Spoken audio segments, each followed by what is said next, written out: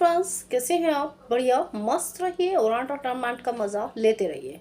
कहते हैं ना कि अगर आपने अपने शो के बारे में कुछ सोचा है तो यकीनत है उसके बारे में कोई तो न्यूज़ निकल कर आएगी।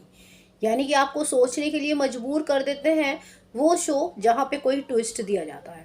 लेकिन विदाउट ट्विस्ट भी अगर किसी प्रोड्यूसर के शो सर्चिंग में आ रहे हैं तो यकीनत मानिए उस प्रोड्यूसर की काफ़ी बड़ी सर्चिंग पावर है। अब ऐसे में बात करने वाली हूँ मैं एकता कपूर के शो की, जो कि काफ़ी शो आ रहे हैं और काफ़ी शो जा रहे हैं और काफ़ी शो रनिंग में है।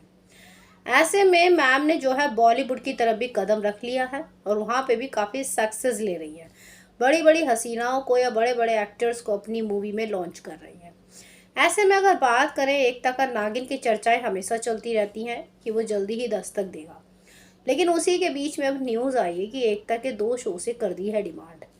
वैसे तो अधिकतर एकता के सभी शो से डिमांड करी भी है, लेकिन एक पर प्रेशर डाल दिया है। प्रेशर का मतलब है कि आपको सिर्फ जो है 20 डेज़ दिया गया है।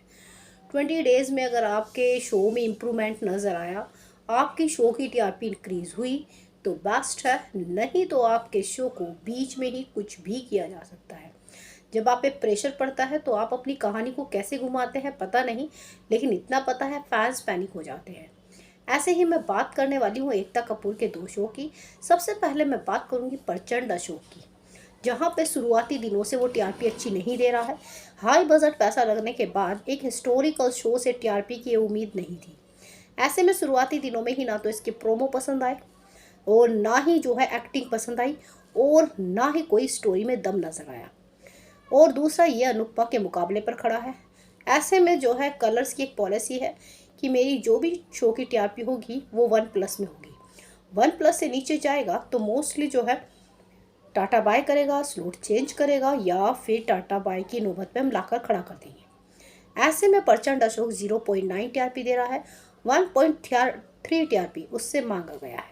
तो क्या लगता है आपको 1.3 टीआरपी आपका प्रचंड अशोक कभी दे पाएगा, या फिर बस उसे हटाने की बात सोच ली है कलर ने?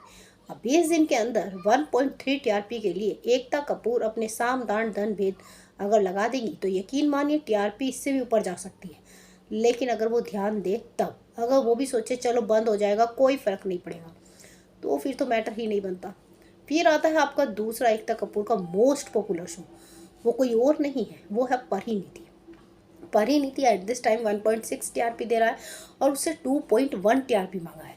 क्या लगता है आपको वो 2 टीआरपी कभी दे पाएगा? अब तक तो उसने 2.1 दिया नहीं है, तो आगे चल के वो कैसे 2.1 देगा? वो दे सकता है, उस पर पूरी उम्मीद है मुझे। बस उसमें थोड़ी सी कहानी बदलने की देर है, क्योंकि बहुत देर हो गई इनका वो प्रोमो देख कर कि एक दूल्हा दो दुल्हन, वही दिखा दीजिए, कोई दिक्कत नहीं है, दोनों शादी कर लें, फिर दोनों रहें, फिर जो है साम दान अपनाती रहे अपना, वही ड्रामा दिखाएंगे। तो ऐसे में मुझे उस शो पे उम्मीद है, परिणीति पे वो कर सकता है। ऐसे में परिणीति का बोल दिया है अगर टीआरपी नहीं बढ़ी 20 डेज़ में तो हम इसका स्लॉट चेंज कर देंगे और इसे लेट टाइमिंग में डालेंगे। भैया लेट टाइमिंग क्या डालेगा? 11 o'clock डालेगा, क्योंकि 11 o'clock स्लॉट खाली पड़ी है। तो ऐसे में इन दोनों शो में से क्या लगता है एक तक किसे बचाने की कोशिश करेगी? कमेंट करके ज़रूर बताइए। बाकी जानकारी के लिए डियर लाइक सब्सक्राइब दोनों बनता है।